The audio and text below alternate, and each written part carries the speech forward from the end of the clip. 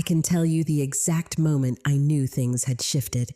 It wasn't when the accident call came. It wasn't even when I walked into the ICU and saw my daughter hooked up to machines. Know where it all went wrong started earlier in the church basement, under flickering fluorescent lights, with the smell of instant coffee and those stale powdered donuts they always bought in bulk. That's where they stripped the ledger from my hands. I'd been the bookkeeper at Calvary Ridge Church for more than a decade. 12 years of logging donations, tracking expenses, double-checking every receipt when the youth group bought pizzas, or when Pastor Jim signed for a new furnace. My handwriting filled those pages, blue ink, looping steady, neat, honest.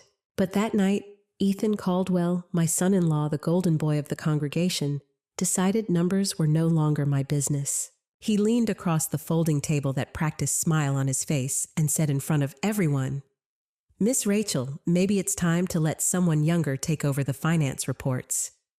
You'd be better suited to hospitality coffee duty greeting visitors. More your lane." Hospitality, coffee duty. My stomach burned.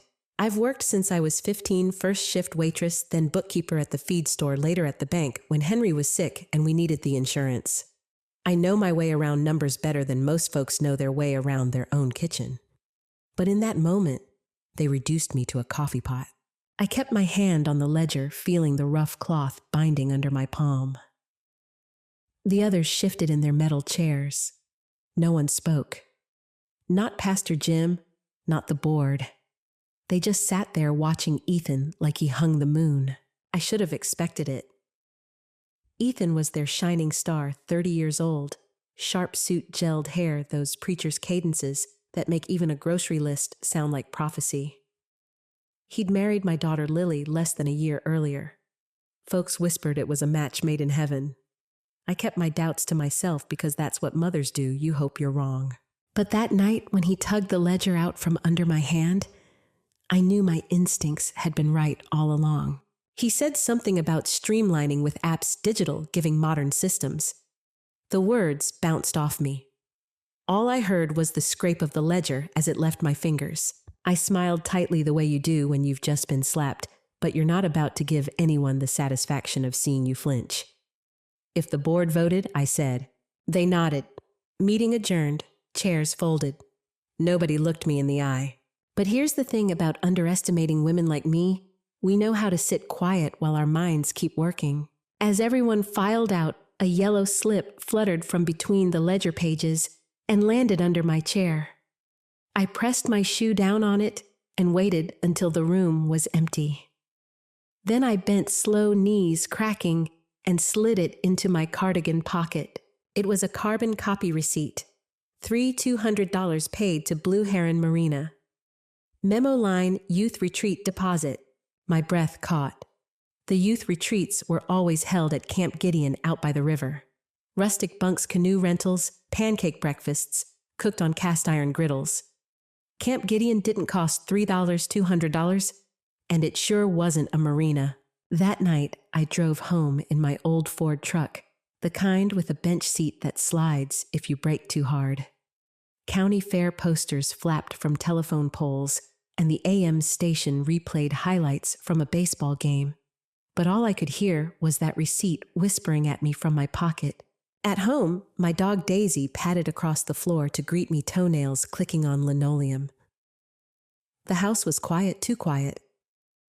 Lily usually stopped by after her evening art classes to share whatever painting she was working on. That night, she hadn't. On the kitchen table sat the day's mail. I sorted through it absent-mindedly, electric bill coupon flyer, and one glossy envelope from Heartland Mutual Life. The slogan on the front read, "Protect what you love most." It sent a shiver through me. Henry, my late husband, used to sell insurance part-time when the factory cut his hours. He always said a policy was like a seatbelt. You don't think about it until the windshield shatters. I tossed the envelope into the fruit bowl face down and told myself I was being silly. Newlyweds do dumb things. Maybe Lily and Ethan had signed something without telling me. Still a sour taste lingered in my mouth. I tried calling Lily, straight to voicemail. "Hey baby, it's Mom. I made peach cobbler. Stop by if you can. I said I love you the way I always do because you never know when words might run out. I spooned myself a serving of cobbler and opened the little composition notebook I'd been keeping my backup ledger. I copied the Marina charge, inside circled it twice, and scrawled in the margin, "Why a Marina?" Henry's old phrase came back to me, the one he used when the bills didn't line up. Count the facts, not the faces. I fell asleep in my recliner notebook on my lap, Daisy curled at my feet. The call came just past midnight. My phone buzzed against the table. Unknown number. I almost ignored it, but something in my gut told me to answer. A woman's voice, steady but urgent. "Is this Rachel Whitaker? This is Dispatcher Collins with Mason County." "Ma'am, are you the mother of Lily Caldwell?" My cobbler turned to stone in my stomach. "Yes." "There's been an accident on County Road 9. Your daughter is being transported to St. Luke's Hospital in critical condition. Do you have someone who can drive you?" "No," I whispered. My voice didn't sound like mine. "I'll drive myself." I don't remember locking the door, just scribbling a note for Daisy back soon. "Be good, like a dog can read." In the truck, my hands shook so badly I could hardly fit the key. I muttered to Henry like I always do when I'm scared. "If you've got any pull-up there, you use it now. You hear me?" Sirens wailed somewhere across town, slicing through the night. Streetlights flickered off car hoods. Everything looked too sharp, like the world itself was bracing for bad news. At the hospital, the ER doors slid open with a whoosh. The antiseptic smell hit me, bleach metal despair. I knew that smell.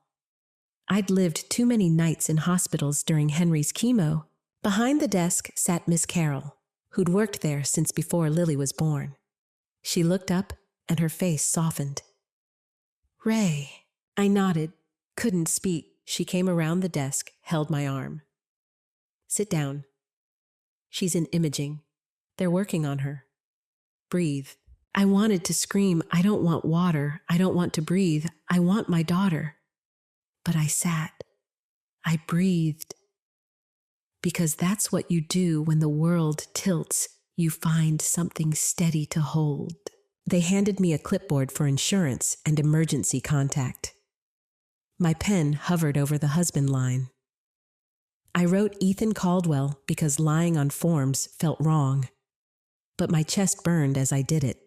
And then I remembered the Marina receipt folded in my pocket. Blue Heron Marina, 3200. It didn't mean anything yet. But I felt it in my bones. The truth was buried in those numbers. And I was the only one who knew how to dig. They say a hospital never really sleeps. That's true enough. But I'll tell you what it does. It teaches you how to wait. That first night at St. Luke's, I sat in a plastic chair with one arm broken the other, digging into my back, and learned the rhythm of waiting. The whoosh of the ventilator, the beep-beep of the heart monitor, the squeak of rubber soles on polished floors. It all blurred into a kind of hymn, except no one knew the words. Lily lay still, her face bruised, her hair matted from the crash. She didn't look like my daughter, not at first. She looked like every other patient I'd ever passed in a hallway and tried not to stare at. But then I noticed her ring finger, the little gold band Ethan had slid on 8 months ago. Her skin was swollen, but the ring was still there. I whispered to her, even though they said she couldn't hear me. "I'm here, baby. I won't leave." The truth is, I wasn't just talking to her. I was talking to myself, trying to anchor down so the panic didn't sweep me away. Morning came in slants of gray light through blinds that hadn't been dusted in a year. Nurse Carol brought me coffee, thick, bitter stuff that tasted like punishment. I drank it anyway. She checked Lily's chart and leaned close. "She's stable for now," she said. "That's good, but we'll need family decisions soon." "Her husband," I started. My mouth went dry. "Has he come?" Carol hesitated, then shook her head. "No, we called him." No answer. I told myself maybe he was in shock. Maybe he'd come later. People react strange to trauma. But deep down, I knew. Ethan wasn't coming. That whole day, I sat by Lily's bed, listening to machines breathe for her, while people bustled around me. Doctors explained things I couldn't grasp: intracranial pressure, pulmonary contusions. Words that sounded like verdicts. I nodded, signed forms, and prayed silently into my coffee cup. But when the doctors left, when the nurses stepped out, I pulled out my little composition book. I opened to the page where I'd written it: Blue Heron Marina. $200. Why? Numbers are my second language. They tell truths even when mouths lie. And I knew this wasn't an accident on paper. By the second night, exhaustion had pressed into my bones. I dozed in the chair, jerking awake every time Lily's monitor changed tempo. Around 2 a.m., I walked down to the vending machines just to stretch. A man was mopping the hallway, Mr. Dale, the custodian from church. I blinked, surprised. "Dale, what are you doing here?" He shrugged, leaned on the mop handle. "Moonlighting. Hospital pays better than the church." He studied my face. "How's Lily?" I swallowed hard. "Alive. That's about all I can say." His eyes softened. "You keep that girl close.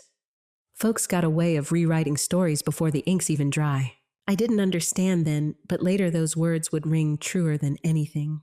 Before he left, he slipped me something small. A key. "Finance cabinet, church office. Just in case." "Why me?" I asked. He gave a half smile. "Because you're the only one who still writes things down." On the third day, I went home to shower. The house smelled like cobbler gone sour. Daisy wagged her tail, but kept close, sensing the heaviness I carried in. Mail was stacked again on the table. Another glossy envelope from Heartland Mutual Life. Same slogan: protect what you love most. This time, I opened it. Inside was a letter addressed to Ethan Caldwell. Policyholder Lily Caldwell. Coverage $500,000. Beneficiary husband. My knees nearly buckled. It had been filed 2 months after the wedding. 2 months.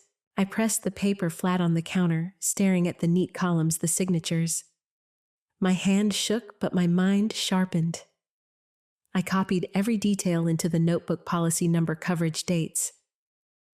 Then I folded the letter back up, slid it into a Bible on the shelf. Henry's old one. The one no one touches. That night, back at the hospital, I held Lily's hand and whispered, "I think your husband's been planning for more than a family." Time blurred. Days turned into weeks. I slept in that plastic chair, washed my face in the family bathroom, ate crackers from vending machines. And in between, I wrote. I filled that notebook with every clue: the marina receipt, the life insurance policy, credit card charges I saw in Lily's email when I logged in to pay her bills, steakhouse dinners, hotel rooms in cities she never visited, transfers to names I didn't recognize. Every number told a story, and none of those stories matched the one Ethan preached on Sundays. Meanwhile, the town whispered. At the diner, I overheard 2 women from choir. Poor Ethan, one sighed. So young, so much responsibility. Losing his wife like that. Such a man of God, the other agreed. Still showing up to preach every week. I gripped my coffee mug until the heat burned my palm. Poor Ethan, losing his wife. My daughter wasn't dead. She was fighting for her life. And he wasn't by her side. He was polishing his halo in front of an audience. But I didn't say anything. Not yet. I paid my bill, left a tip, and walked out with my notebook pressed against my chest. One night I tried calling him. My voice trembled when I left the message. "Ethan, it's Rachel. She's in ICU. She needs you." No reply. Not then, not ever. But the next morning, I checked Lily's bank account. More withdrawals. Miami this time. Designer boutiques. A yacht rental. While my daughter lay broken, her husband was drinking champagne by the ocean. I wrote it all down. Every dollar, every timestamp. And I told Lily, even though she was unconscious, "I see it, sweetheart. I see what he's doing. And I promise you, I'll make the truth known." By the second week, Detective Nolan showed up. He was a steady man, no nonsense with tired eyes. He asked about the accident, about Ethan's behavior. "We're investigating reckless endangerment," he said. "Possibly more if evidence shows intent." I handed him copies of the receipts, the policy letter, the withdrawals. He raised his eyebrows. "Where'd you get all this?" "From paying attention," I said. He nodded slowly. "Then keep paying attention. It might save your daughter's life in more ways than one. The silent struggle, they call it." But really, it was a gathering. Every day by Lily's side, I gathered evidence. I gathered strength. I gathered the resolve to face down a man the whole town thought was an angel. At night, when the hospital quieted, I'd close my eyes and see Henry's handwriting in my mind. Count the facts, not the faces. That became my anchor. Because the faces smiled at Ethan, clapped his back, called him brother. But the facts told a different story. And I was the one holding the ledger. By the end of that month, the notebook was thick with ink. And so was my resolve. I wasn't just waiting anymore. I was preparing for the day when truth would step out of the shadows. For the moment when the town would see Ethan Caldwell not as a man of God, but as what he really was. Stick around for part 3 because that's when the breaking point comes, and believe me, you'll want to hear how it unfolded. And while you're here, let me know in the comments where you're listening from. I read every single one, and I'd love to know how far this story travels. There's a sound church folks know well, the scrape of folding chairs on linoleum. It's how you know a meeting's about to get serious. That Sunday morning, the scrape was louder than usual. The whole town had come. The sanctuary smelled like old hymnals and lilies from yesterday's funeral. Sunlight poured through stained glass windows, throwing red and blue patches across Ethan Caldwell's crisp suit. He stood at the pulpit like he'd been born there, voice booming about faith, family, sacrifice. He looked like a man carrying grief with dignity. People nodded, dabbed their eyes. He even paused, voice-catching, when he mentioned my dear Lily still fighting for her life. My hands clenched the composition notebook hidden in my purse. I'd filled it with weeks of watching, listening, documenting.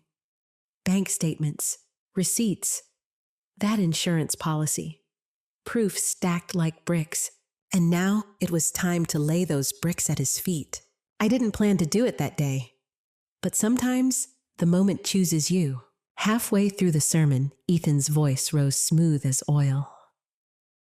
We're called to give even in our darkest hour. Our youth need us now more than ever. We're sending them to a retreat, a place of healing. I'm asking for a special offering this morning. Give as God leads. He smiled wide and white, and I remembered that slip, Blue Heron Marina, $200. My blood ran cold. I stood. My knees trembled, but my voice didn't. A Marina Ethan. The room stilled.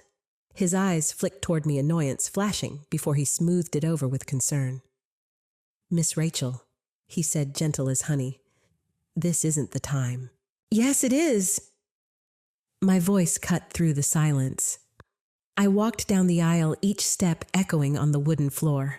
People shifted, whispering. I set the notebook on the pulpit right in front of him. "You want their money?" I said. "Let's show them where it's been going." I opened the book. The pages bristled with taped receipts, copied statements, notes in my neat handwriting. I flipped to the Marina charge, held it high. $3,200. I said, voice steady. Taken from the Youth Retreat Fund. Not to Camp Gideon, but to Blue Heron Marina. Does that sound like a Christian camp to you? Gasps rippled. Ethan's jaw tightened. "That's one mistake," he said quickly. "A clerical error." I cut him off. "Then explain this."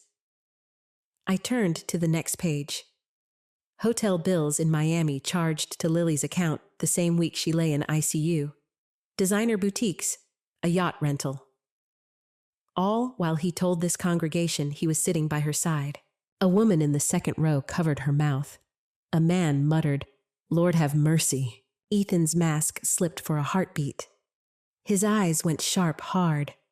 But then he leaned toward the mic, voice trembling. I was networking. Meeting potential donors for the church. Donors, I barked a laugh. You mean Jennifer Sanderson? Or the yoga instructor in Phoenix? Or the stylist in Nashville? I flipped more pages, each one damning. Because the money trail says otherwise. The room buzzed. People craned necks, whispered, shook their heads. Pastor Jim rose from his chair behind Ethan, face pale. Rachel, maybe we should... No, Jim, I snapped. You sat in those meetings and let him take the ledger from me. You said nothing. You all looked at his face and ignored the facts. Ethan slammed his hand on the pulpit. Enough! His voice thundered, anger breaking through. This is slander. She's an old widow, confused, bitter. She can't stand that I've taken her place. For a second, silence held. His words hung heavy. Old widow. Bitter. But then something happened. From the back, Mr. Dale, the custodian, stood. He held up a folder. I've got copies of the finance cabinet records, he said. His voice wasn't loud, but it carried. Rachel's right. The numbers don't lie. All at once the room shifted. Gasps, murmurs, heads turning back to me, then to Ethan. Doubt spreading like wildfire. I stepped closer to the mic, my voice low, but every word landed. And if the money wasn't enough, I said, flipping to the final page, here's the policy. $500,000. Taken out on Lily. Beneficiary Ethan Caldwell. 2 months after the wedding. The sanctuary erupted. Ethan's face drained of color. He tried to speak, but the roar drowned him. Shouts, gasps, someone crying out. No, Pastor Jim fumbled with his Bible papers scattering. Deputy Nolan, who'd slipped in quietly at the back, moved forward, badge glinting. Mr. Caldwell, I think you'd better come with me. The room went deadly silent. All eyes on Ethan. For the first time, the golden boy faltered. His shoulders slumped. He glanced around, searching for a friendly face. But there were none. Church, he tried, voice cracking. Brothers, sisters, don't believe this. But no one moved. No one came to his defense. As Nolan guided him down the aisle, I caught his eye. For years, he'd smiled at me like I was invisible. That day, he looked at me like he finally saw me, and he hated what he saw. I leaned close enough for only him to hear. You underestimated the wrong woman.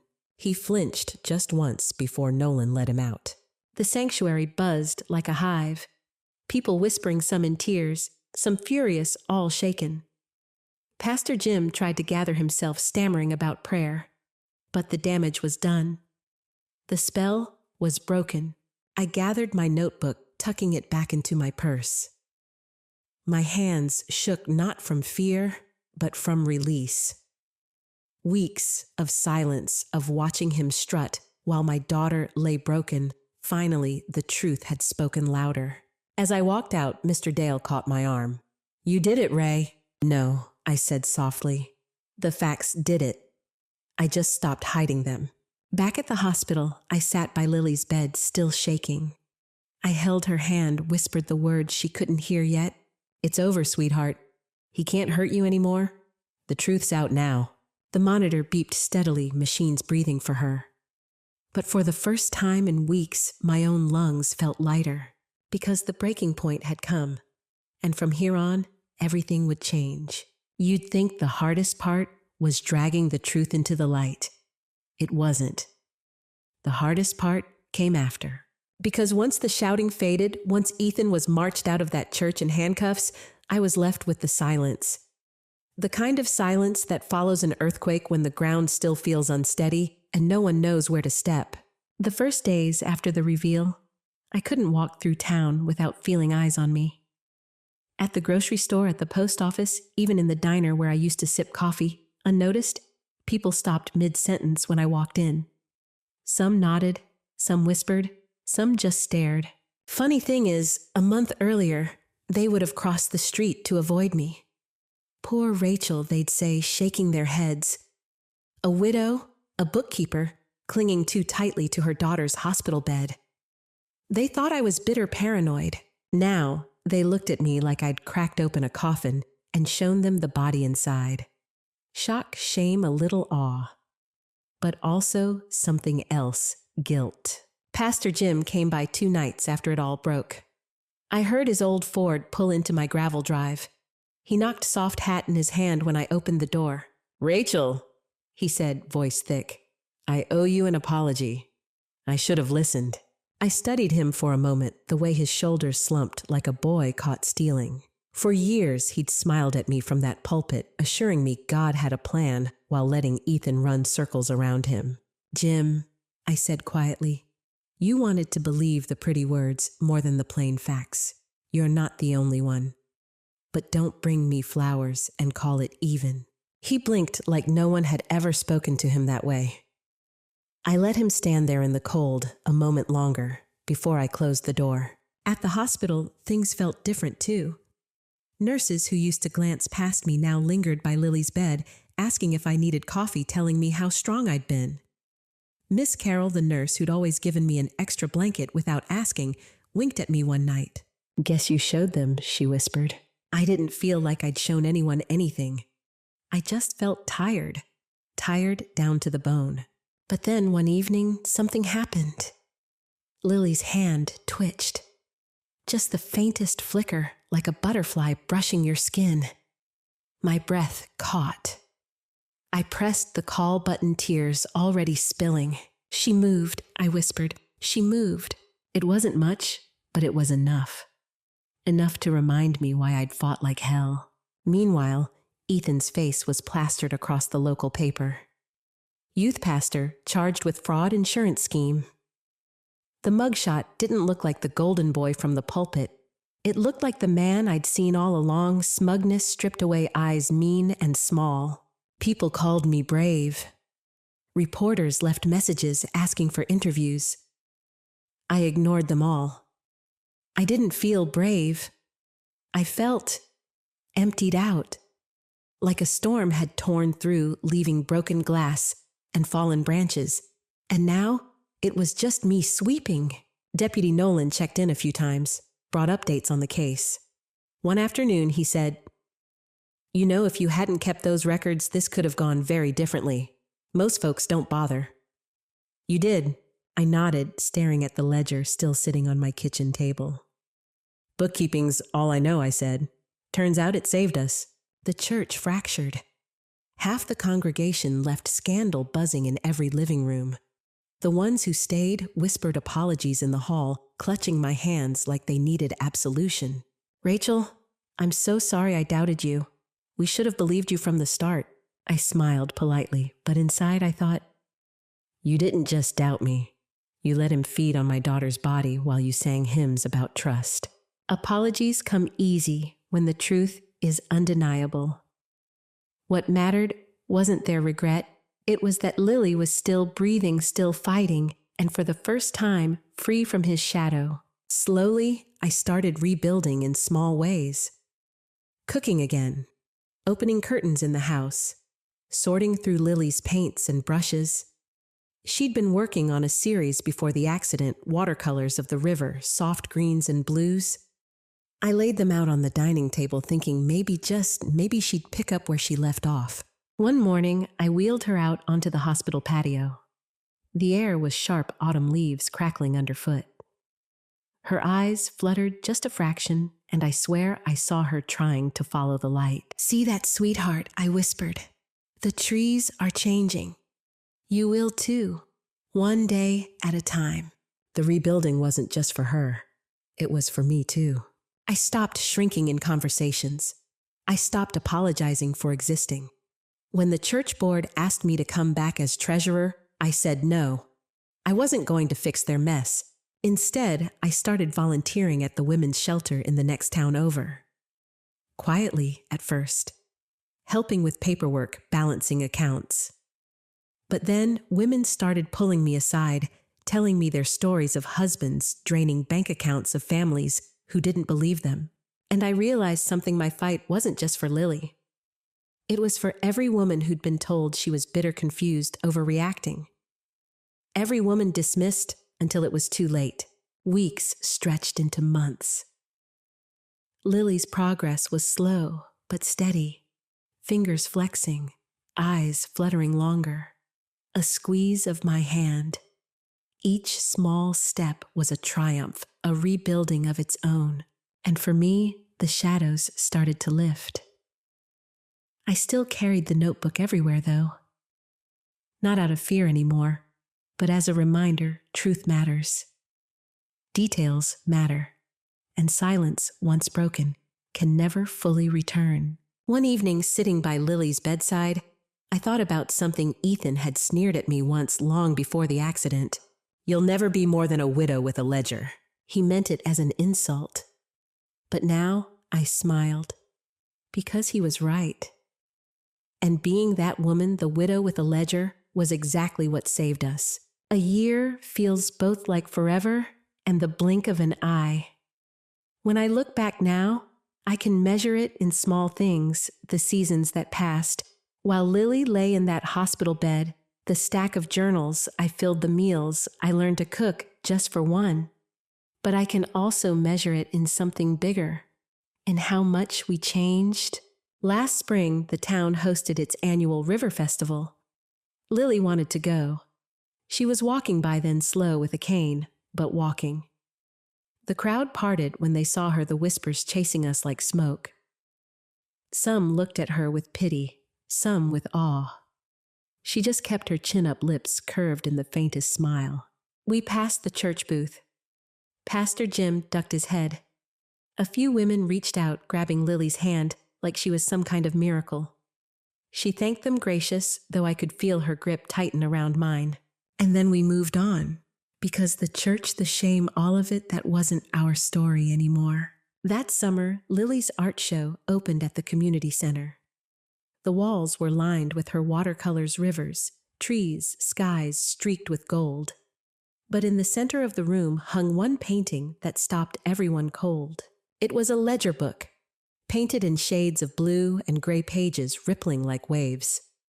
Out of the book rose a tree, its branches stretching wide, leaves glowing like embers. People stood before it silent. Some wept, because they knew, they remembered. That ledger had been my weapon, my proof, my burden. Now it was her canvas, her redemption. Reporters showed up again, sniffing for headlines. This time, Lily answered them. "I'm not here to talk about him," she said, steady as stone. "I'm here to show what it means to survive." And that was the truth. Survival wasn't just about walking again. It was about reclaiming our names, our place in this town, our dignity. As for Ethan, last I heard he was serving time in state prison.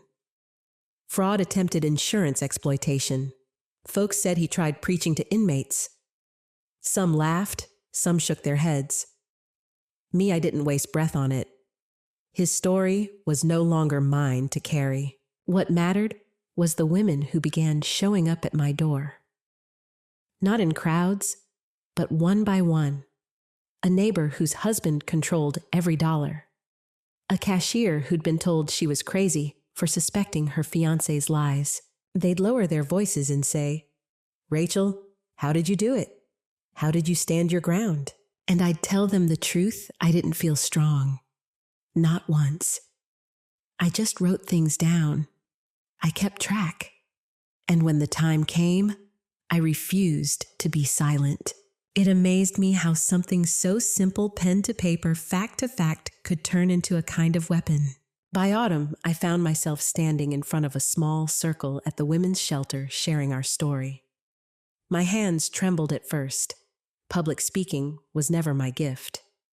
But as I looked around at the bruised faces, the tired eyes, the women holding children in their laps, I felt something steady me. "Here's the thing," I said, voice low. "They'll call you bitter.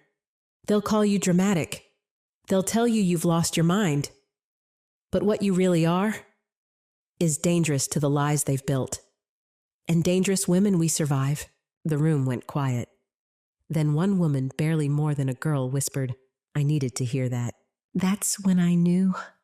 My pain had become something else, something I could hand to others like a lantern in the dark. Sometimes, late at night, I still replay the moment in the church. Ethan's face when I placed that ledger on the pulpit. The gasp from the crowd.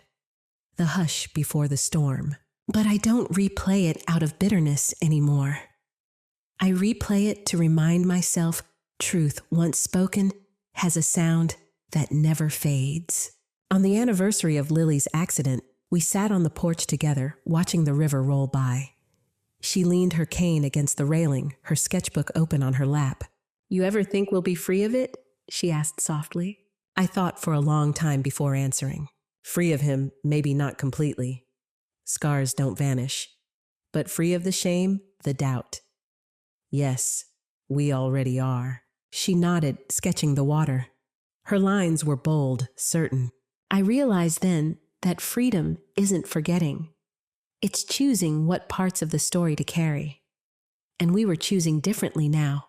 So here I am telling you all this not because I want sympathy, but because I know someone out there is where I once was doubted, dismissed, drowning in silence. To you, I say this, keep your records, hold your ground. And when the time comes, don't be afraid to set the truth down like a stone in the middle of the room. Because sometimes the quietest women end up making the loudest noise.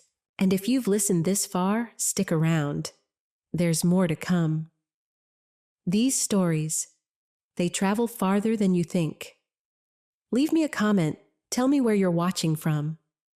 Because maybe the next woman who needs this will see your words and realize she's not alone.